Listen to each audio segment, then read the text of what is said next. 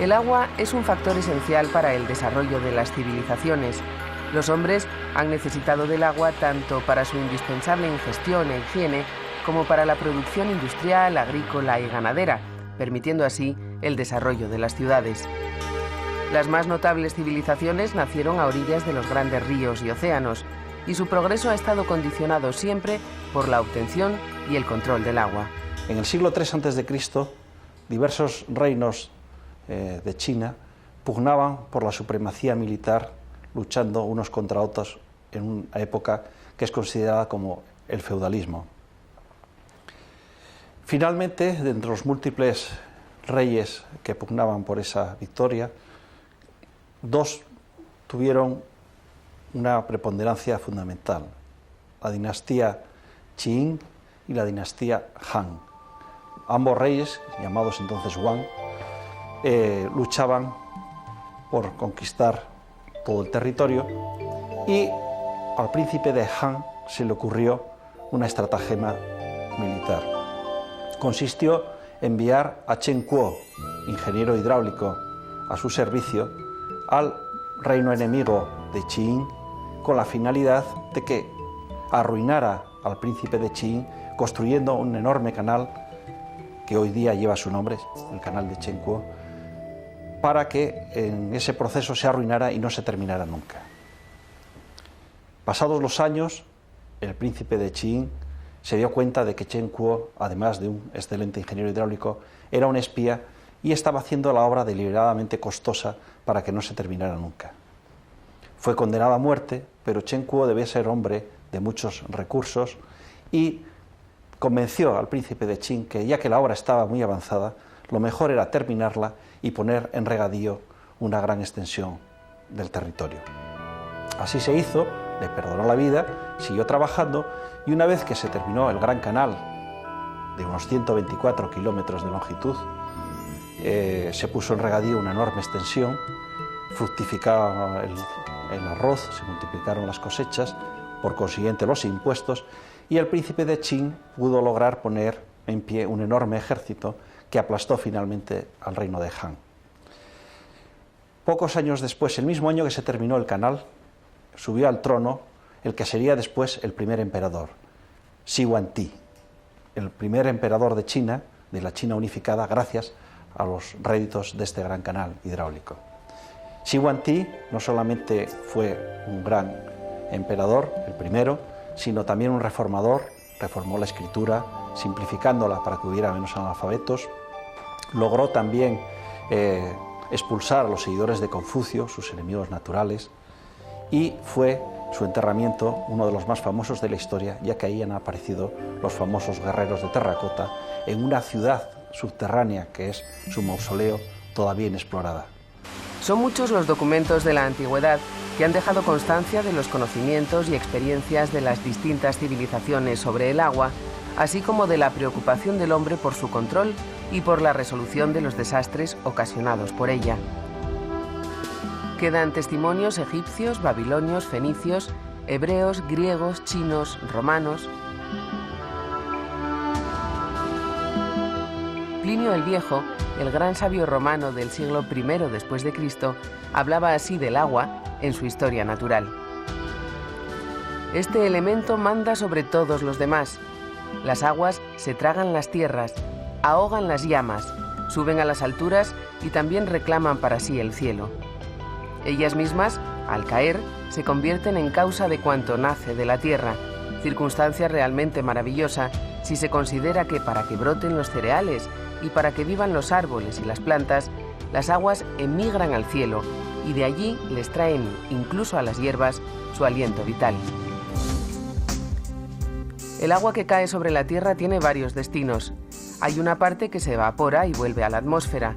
Otra parte corre por la superficie de la tierra, por zonas impermeables, y una tercera parte penetra en el interior del suelo por terrenos porosos o por rocas partidas que permiten al agua discurrir por canales naturales hasta alcanzar zonas impermeables y dando lugar a capas freáticas que empapan formaciones porosas como las arenas. Debido a que el agua no siempre es abundante, el hombre ha tenido que idear diferentes sistemas para obtenerla, a veces mediante la excavación de pozos, tarea demasiado trabajosa que podía finalizar sin éxito y que requería del saber de los zahoríes, personas que afirmaban tener capacidad de detectar la presencia del agua en el subsuelo mediante el uso de instrumentos sencillos, como una varilla o un péndulo, que es el método más actual. Esta forma tradicional de buscar aguas se utiliza desde hace 4.500 años aproximadamente. En las aguas subterráneas, cuando una capa permeable está situada entre dos capas impermeables, forma lo que se llama un acuífero cautivo o confinado, y generalmente el agua que contiene está sujeta a una elevada presión. Si se abre una fisura en la capa impermeable, el agua asciende hasta alcanzar el nivel freático. Antes que los acueductos, que son una de las obras más clásicas de la ingeniería romana, los romanos excavaron pozos, un antiquísimo y sencillo mecanismo para el aprovechamiento del agua almacenada en las capas freáticas que ha pervivido en uso hasta bien entrado el siglo XX. Los romanos los llamaban putei y, dependiendo de la técnica empleada para su construcción, las secciones eran unas veces circulares y otras rectangulares.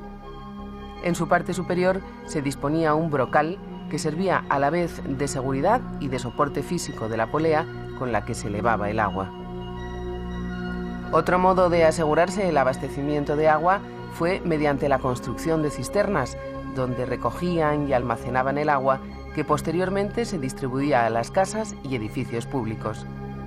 El mejor ejemplo de Hispania en cisternas, griegas y romanas, lo encontramos en Ampurias. Durante toda la historia de Ampurias, tanto griega como romana, hubo una preocupación constante para abastecerse de agua potable para el uso cotidiano y la vida diaria de la ciudad.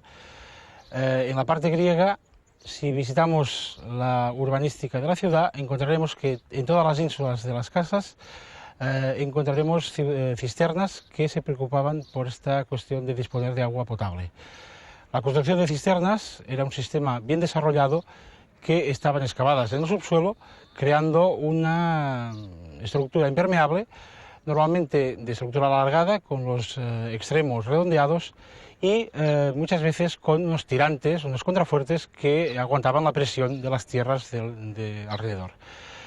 La cubierta, en principio, era cubierta con losas, pero poco a poco se fue desarrollando el sistema de cubierta en bóveda, que llega en su máxima expresión en el momento romano, cuando se van creando unas bóvedas con tejas que van creando un arco hasta llegar a la cota de circulación. Una vez llegada allí, se cubrían con un pavimento y servía para circular por encima de esta cisterna, que quedaba subterránea en el subsuelo de la casa, y disponía de diversos brocales, de diversos puntos de extracción para sacar este agua y consumirla dentro de la casa. Ampurias no dispuso nunca de acueducto ni de sistemas de abastecimiento exterior de aguas, pero sí que disponía del curso de dos ríos que hoy día están desplazados del curso antiguo, que sería el Fluvià, que desembocaba tocando San Martín de Ampurias, y el Ter, que desembocaba al sur mismo de la zona de Ampurias. En la ciudad griega de Ampurias, construida a partir de mediados del siglo VI a.C., han sido localizadas y estudiadas 42 cisternas, mientras que en la población romana, construida posteriormente en un lugar cercano pero claramente diferente, se han excavado 27. Un buen ejemplo de cisterna griega es la número 1, construida probablemente en el siglo I a.C. Tiene una longitud de 21,9 metros, 2,9 metros de profundidad y poca anchura, 1,5 metros, para facilitar su cubrimiento con losas. Con el fin de compensar el empuje exterior del terreno cuando la cisterna estuviera vacía, se dispusieron 3 diafragmas que la arriostraban actuando a manera de contrafuertes interiores. Estos diafragmas estaban formados por piedras monolíticas, aunque talladas con aberturas, que aseguraban el paso del agua entre las diferentes partes de la cisterna. Junto a esta gran cisterna griega se conserva en Ampurias un curioso depósito construido con ánforas, probablemente púnicas, que tienen los fondos perforados para, según se cree, filtrar la turbidez de las aguas. La nueva ciudad romana, construida a partir del siglo I a.C., introdujo novedades en los materiales de construcción.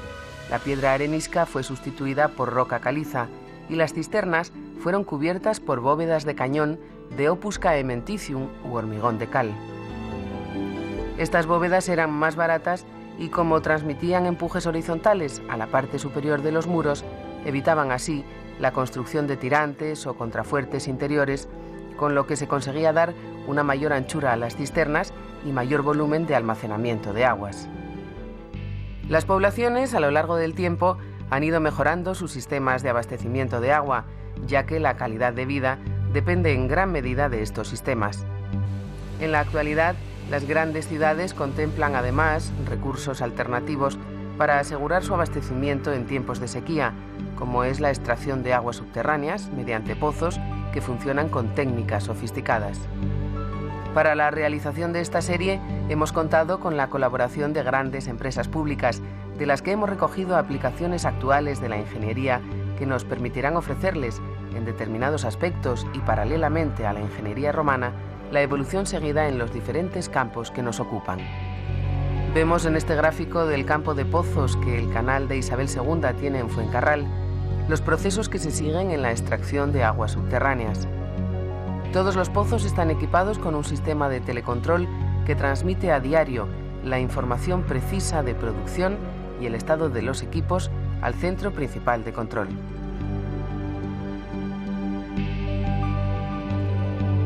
Las aguas que extrae la bomba del pozo suben calientes y con una fuerza tremenda, por lo que han de pasar por una cámara de rotura para aquietarlas antes de descansar en el depósito. Este es un recurso de elevados costes por los bombeos y además requiere un periodo largo de regeneración, ya que un acuífero mantiene un nivel constante mientras las extracciones por bombeo no excedan la recarga proveniente de la lluvia y de los ríos. Por último, unas potentes bombas de la estación elevadora las enviará a los canales o a los depósitos reguladores, que podemos considerar como las modernas cisternas de agua para el abastecimiento a distintas zonas de la ciudad. El canal de Isabel II posee 22 depósitos reguladores construidos a lo largo de su historia, el primero en 1879 y el último en 1994. Este que vemos vacío es parte del quinto depósito, construido en 1940 en la emblemática Plaza de Castilla. El depósito ocupa un total de 2 hectáreas y tiene una altura de 6,75 metros. Está dividido en 4 vasos de extraordinaria arquitectura, 4 bosques de pilares y arcadas. 3 de ellos custodian el preciado líquido abrigado por la oscuridad y el silencio, y el otro colabora con el arte, decorando las muestras que se suceden periódicamente.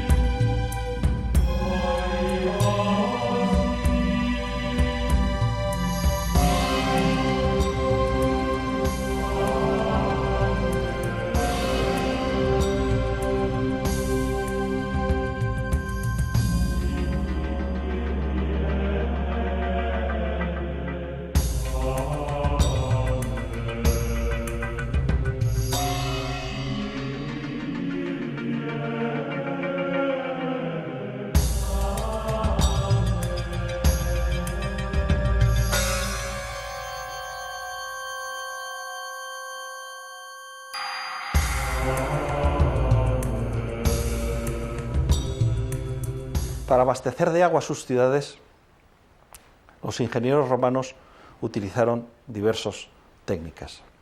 Unas veces aprovechaban directamente manantiales después de asegurarse de la calidad de las aguas, de que eran suficientemente buenas y que podían ser de consumo humano. Es el caso, por ejemplo, de los manantiales de Tempul, que fueron el abastecimiento romano de Gades, de la ciudad de Cádiz, y que todavía hoy abastecen a la ciudad de Jerez de la Frontera. En este caso, bastaba encauzar esos maravillosos manantiales para tener ya una captación de agua realizada.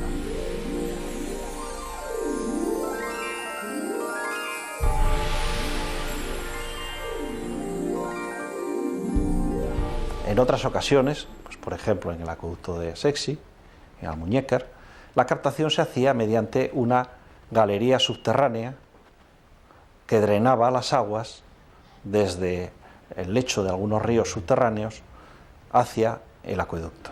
Era una captación en galería, que es lo que después, en época medieval, se llamarán canats, y por ejemplo en Madrid el sistema de abastecimiento de agua hasta el siglo XIX es este. Los famosos viajes de agua de Madrid no son sino simples captaciones subterráneas.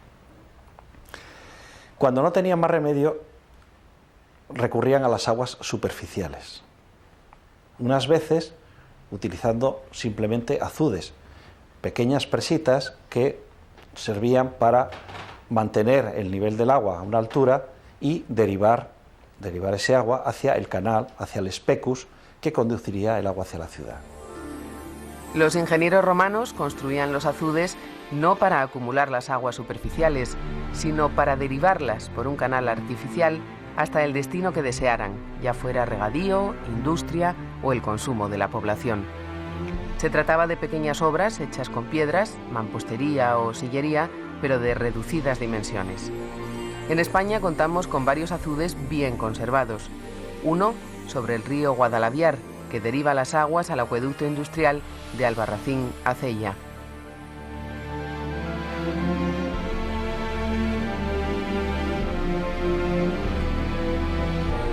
Otro, el azud de toma del acueducto de Segovia, que deriva las aguas del río Aceveda. Este azud está coronado por grandes losas de granito unidas por lañas de hierro que daban trabazón al conjunto.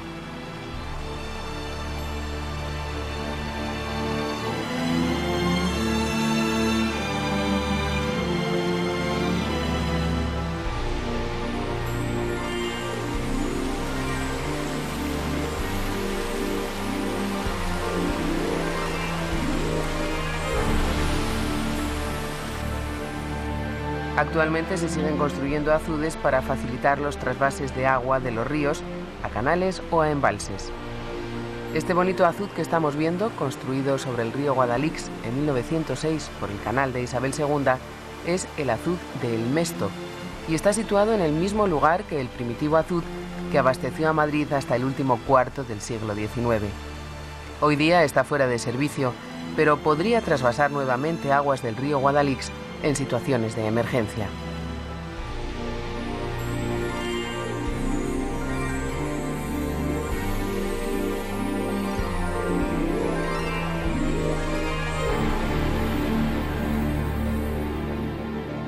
Si bien los azudes les permitían desviar aguas a canales artificiales, los ingenieros romanos concibieron las presas para embalsar las aguas de los ríos o arroyos durante la época de lluvias y disponer de ellas en tiempos de estío, tanto para el abastecimiento de la ciudad como para el riego de cultivos.